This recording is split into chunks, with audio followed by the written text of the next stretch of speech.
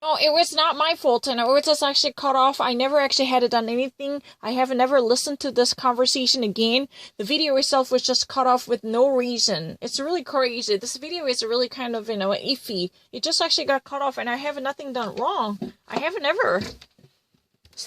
So, many of the cases that we are actually talking about this moment is Roe v. Wade, and Roe v.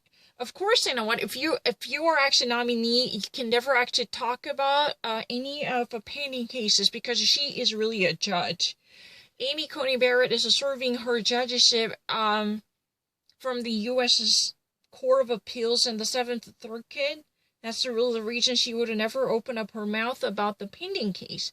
She should remain reticent about any of ongoing cases that are not actually fully resolved. If there is no verdict, this is really part of the very happening event. She should actually remain silent, and that's really the mandated canon, the very, upheld constitution and the stipulated and codified law of the land defines this as a duty of the judges.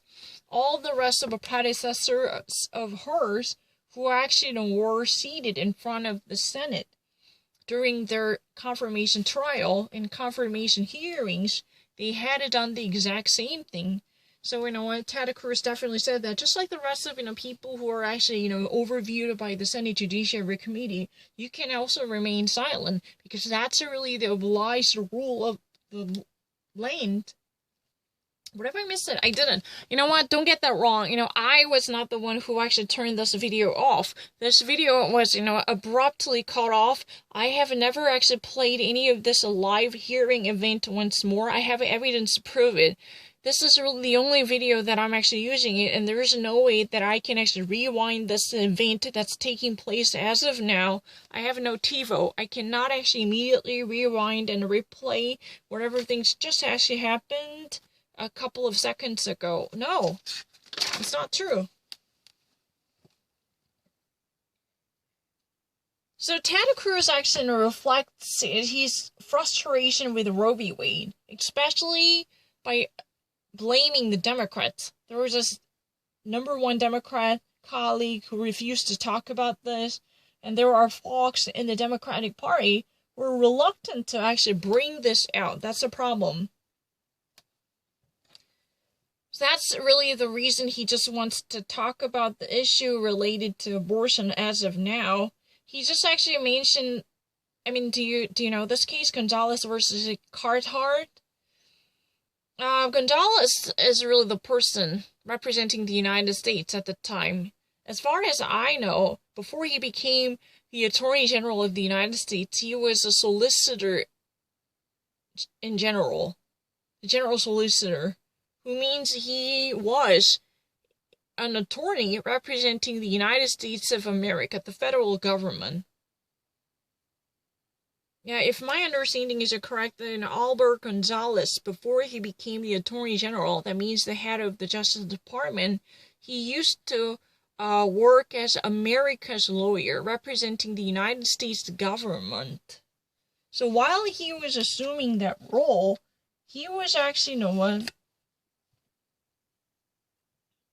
he was trying to defend the abortion ban on behalf of the United States. This is really adoption of the restrictions on abortion practices, especially concerning the late term and the late stage abortion. This was a very politicized event. The conservative underneath the Bush administration's evangelical Christianity, they somehow delivered and coined the political term, the partial birth abortion. There is nothing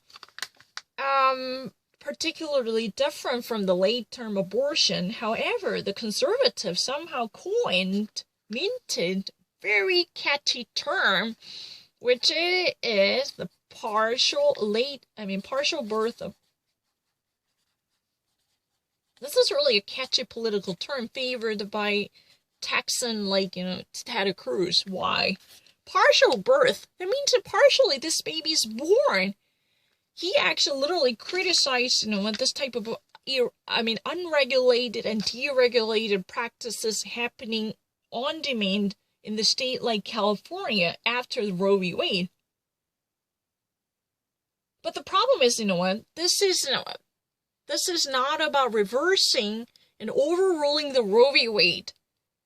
If there is any type of a one more conservative judge placed inside the Supreme Court from the perspective of Ted Cruz, from the vantage point and viewpoint of Ted Cruz, this is like, bringing the nation's law back to where it used to be. It's really like reverting to the phase where no national law existed to justify the murder of unborn babies.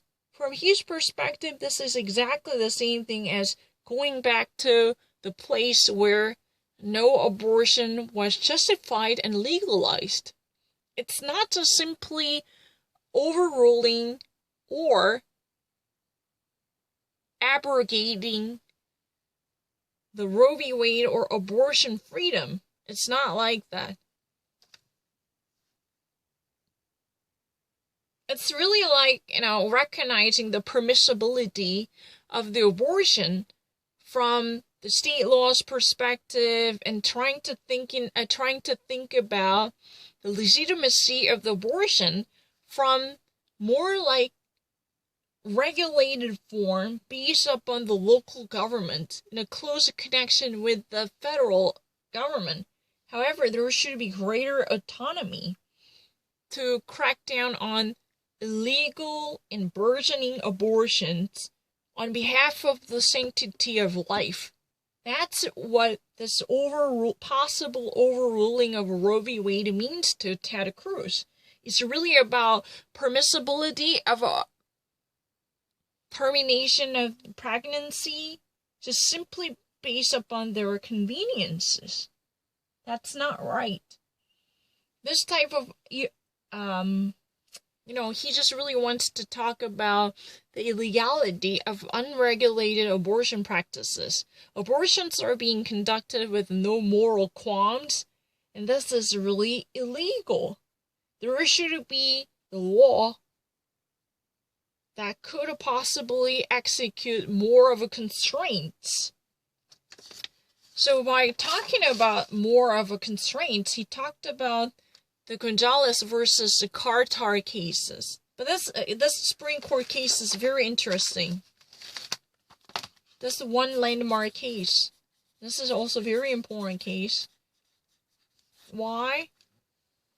At the time, President Bush was in charge of the Oval Office. The evangelicals enjoy their heyday. And there is a very smart and genius political hack. What is that? The partial of birth. This is nothing but political hack.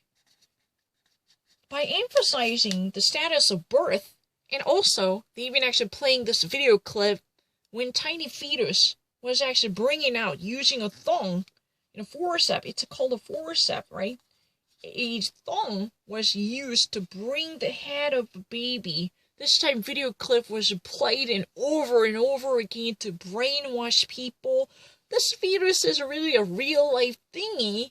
It's almost like half born. Imagine that this baby is on the threshold, on the doorstep of this life and death.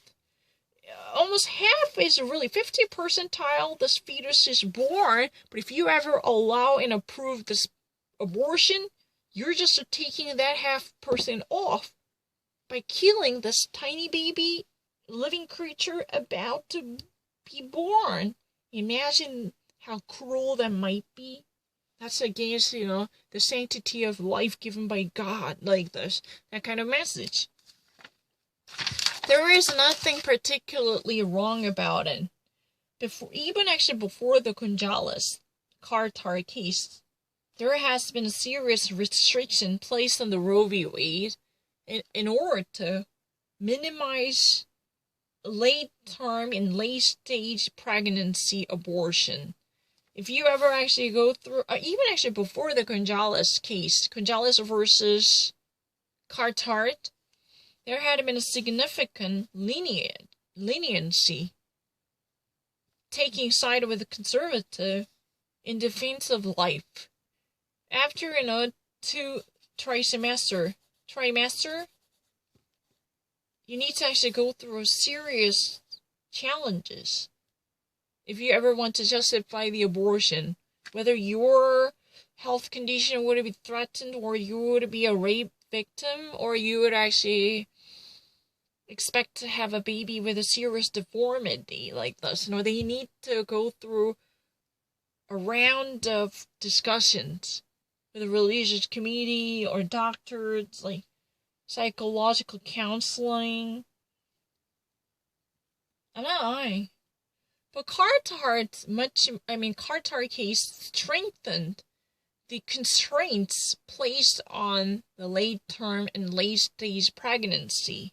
This actually strengthened it, it's true. Before then, there had been no serious obligation like parental agreement from both sides.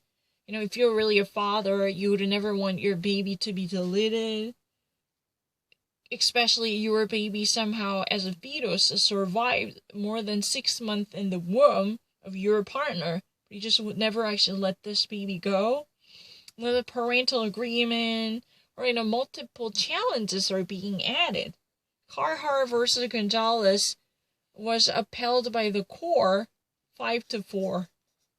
4 different liberal justices, including Ruth Bader Ginsburg, 4 different justices, including Ruth Bader Ginsburg, were against this case.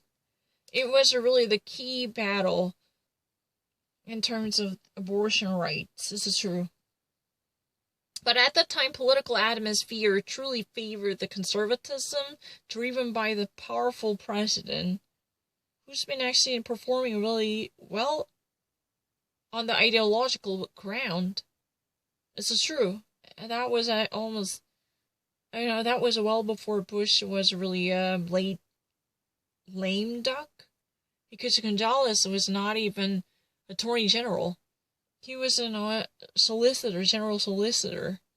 Solicitor General means you're actually serving on behalf of the United States to defend the case in front of the Supreme Court. If there was any kind of legal dispute between the United States and the federal government, then you're going to be the United States advocate. So he was, and at the time, who was Attorney General? John Ashcroft. No, Ashcroft. John Ashcroft was really. And after that, James Comey was acting one. I remember that. But this is a really interesting case. Because there's someone like Ted Cruz. He actually claims his familiarity. Of course, he knows way better than someone like me, obviously. Because he was actually a very brilliant law student from Harvard Law. And he actually served his law clerkship for William Rehnquist. Was he really a law clerk for William Rehnquist, late Chief Justice? As far as I know. If my memory is correct, that was really the point when his father cried. His father was really against the notion of him getting into Princeton. Yeah, he actually graduated from Princeton. His father was really... opposed...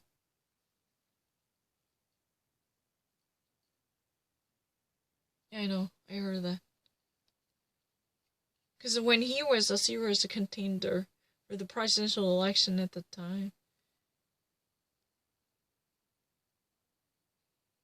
he opposed it. Yeah, he was opposed to that. Because he thought that it would be a liberal breeding ground or safe haven. So his son could actually be exposed to radical lefty ideas. No, I'm not lying. It's true. I don't know where else I can actually say any further. But, Ted Cruz at least, somehow managed to excel in whatever he did when he was at school. So he actually managed to move on to Harvard Law. So he was accepted. And then he somehow managed to serve as a law clerk on behalf of a late Chief Justice who was truly a beacon of conservatism, William Rehnquist. At the time, his father finally had a little emotional moment. It's not really emotional breakdown, meltdown. He was emotionally very much elated to witness the great success of his son, even though at the very beginning he was really terrified to see his son moving on to the liberal cradle like Princeton. He was really against the notion of having any child attend the liberal colleges like Ivy League schools. Those are really kind of like safe haven for lefty ideologists, delivering and transferring dangerous ideas to young minds. That was his father's idea. But the thing is, anyway, if I ever actually go back to where I was. So this Gonzalez the Carhart case somehow managed to survive in the Supreme Court. That was another challenge. So many actually know in the court from the liberal side were worried about the possible reversal of the Roe v. Wade at that point. Because that was like a precursor of what has been done so far. There are so many different restrictions adopted by the state government, especially from the states like Texas, Alabama, Mississippi. So each time there is any type of a significant restriction, then there will be opponents who brought this case to the Supreme Court tackling this state law could possibly infringe on the federal law, Roe v. Wade. Then do something about it. And this type of a legal dispute would be likely to take place as a follow-up. That's a really kind of ongoing battle. If the state government passes a law to say that, oh, we just want our women to have an immediate appointment with the doctor to go through a massive round of sessions, because there should be, a medical checkup to secure the health conditions of both the fetus and would-be mother who really wants to go through abortion. Like this. Then somebody in that state challenges that adoption, that legislation, saying, if you ever actually pass a law and implement it, that truly hampers women's exercise of constitutional rights guaranteed by the federal law. No state law can stay above the federal law. This is really a violation of the 14th Amendment, the equal protection. No one living in this state should be disadvantaged when it comes to implementing the federal law. Then the case would be brought to the U.S. Supreme Court like this. This is a simplified example. So, Ted Cruz's point is, this equation can be easily broken by having one another addition to the current judicial system. If we ever actually, allow one more conservative mind to be seated in that core, the Supreme Court of the U.S., then the balance would be completely changed. You can actually, tip up the scales, tip up the balance. Right now, what's hanging in the balance is Roe v. Wade, and Democrats are not giving proper thoughts, but they're actually discussing these issues today. They're actually, talking about, some of the key issues that are now facing a danger or either in jeopardy. It means that they're actually, hanging in balance. Because, it's one simple addition to the current Supreme Court competition can radically change everything what we've been talking about right now. And he also actually mentions that this is really not about His viewpoint is even, the overruling, the reversal, upset of the Roe v. Wade would never actually mean the abrogation of the federal law in a destructive way. It just actually allows us to go back to the period where the regulations existed to better screen out irresponsible abortions or terminations of pregnancy. This type of chaotic and disoriented practice of abortions should be controlled. This is like a regain of reason in the realm of abortion from his perspective. I'm so sorry to repeat this, his perspective. From Ted Cruz's vantage point, from his standpoint, in his opinion,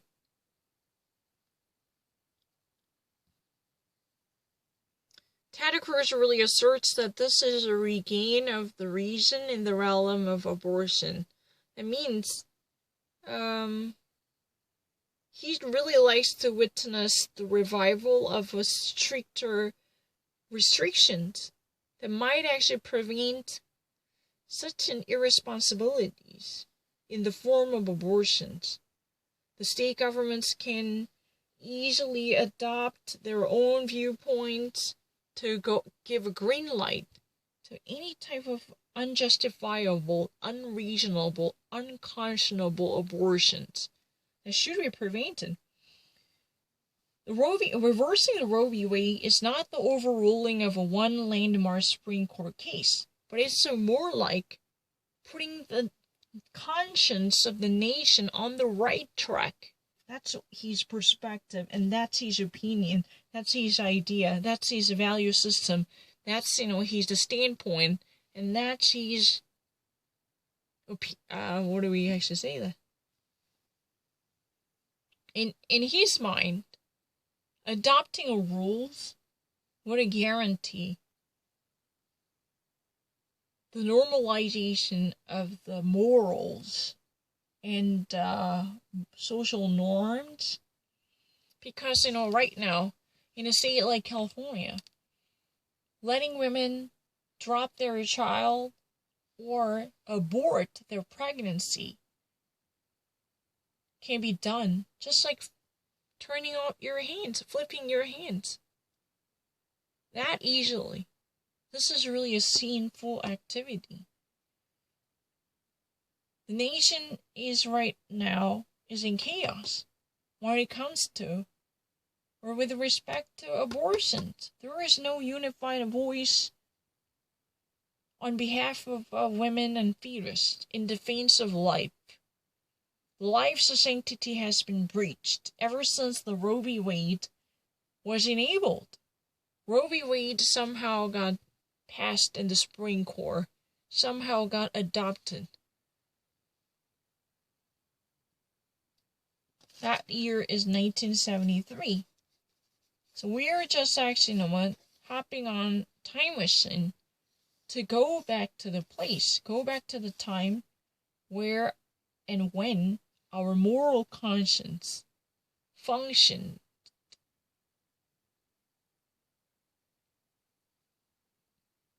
And he just really wishes the nation could observe greater respect for life by unifying and streamlining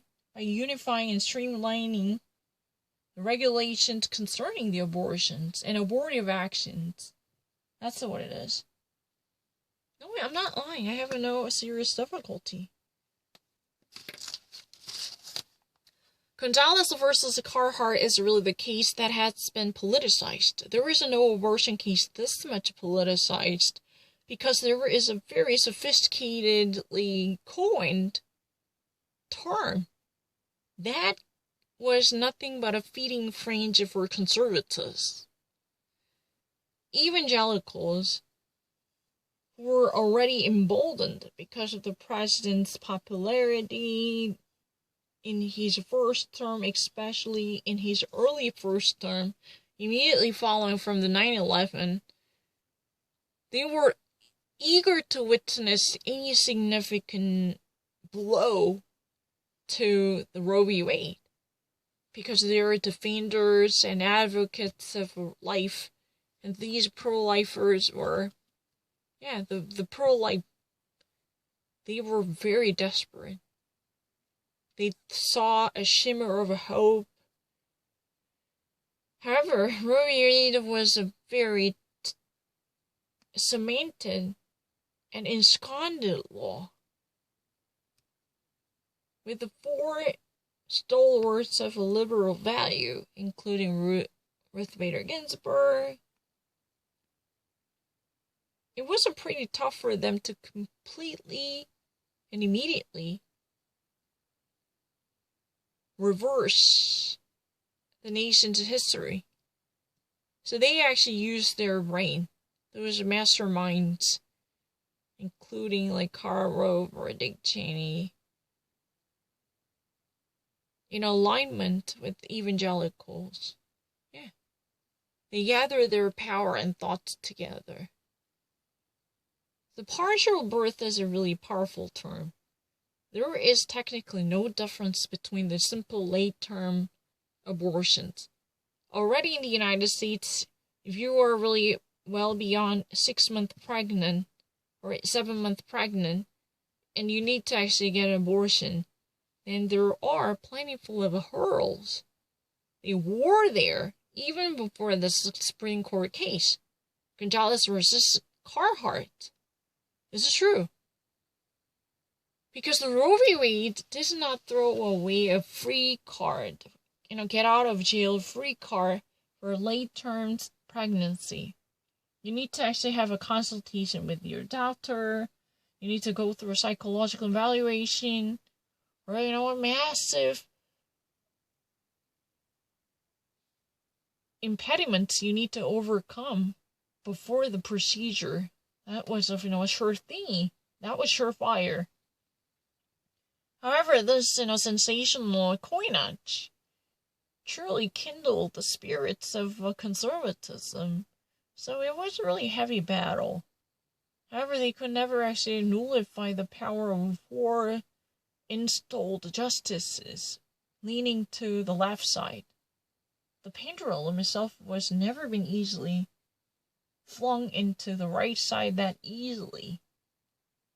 But they somehow managed to obtain the victory because this was really pitching their argument about the sanctity of life. And in this propaganda materials, the fetus's head was being pulled out by tong, T-O-N-G, the forceps. It's not just wearing tongs. Tongs are many thingy. Well, I've never actually seen tongs are this much powerful or tongs or forceps. Tongs really, number one, it could be like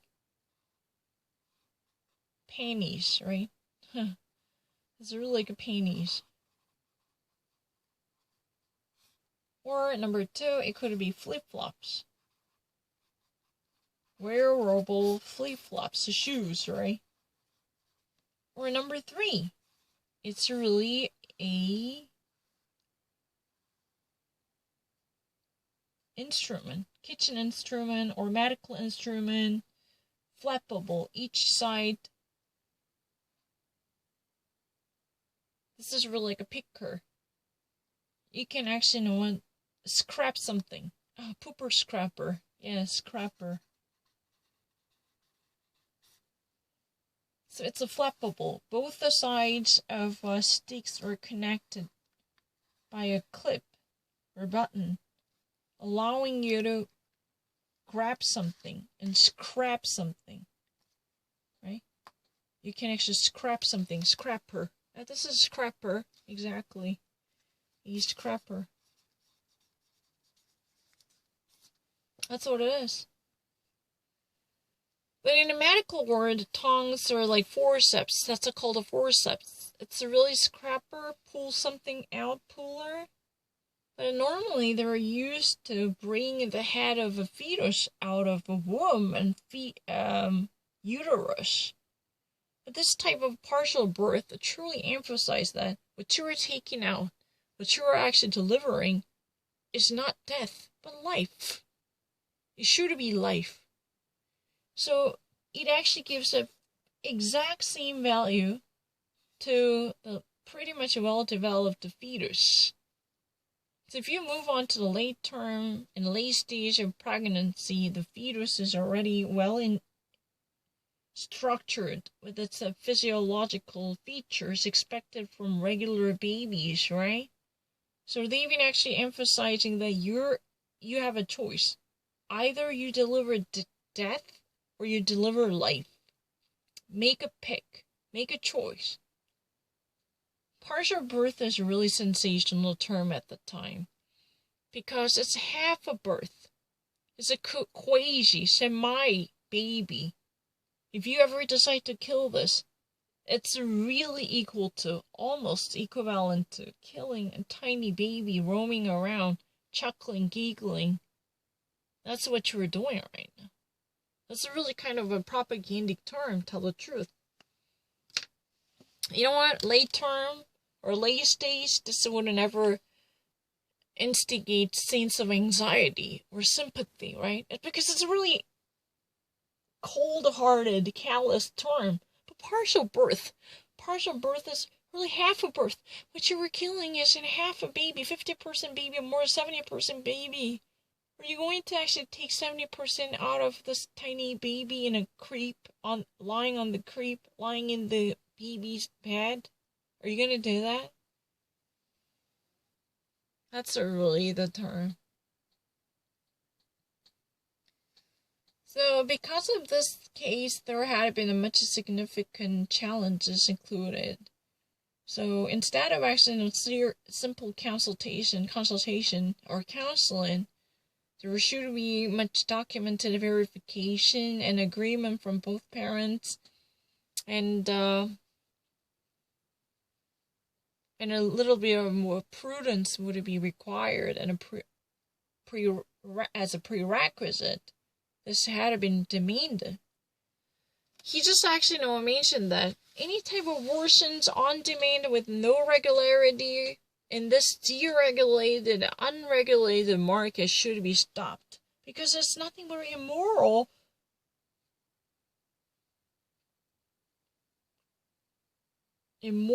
turpitude.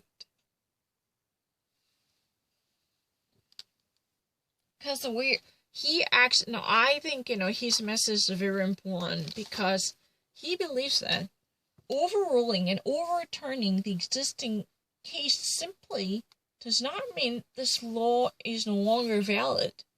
We're just actually writing the wrongfully practiced convention because of one Supreme Court case passed by the politically biased folks in the bench. So we're basically reverting to the phase where things were acting in accordance with the morality as well as the social norms from their perspective and from their partisanship. That's what it was supposed to be. This has normative and putative power. So it's really like turning the page to the right direction. Just actually writing and correcting and rectifying what has been wrongfully and immorally practiced and conducted.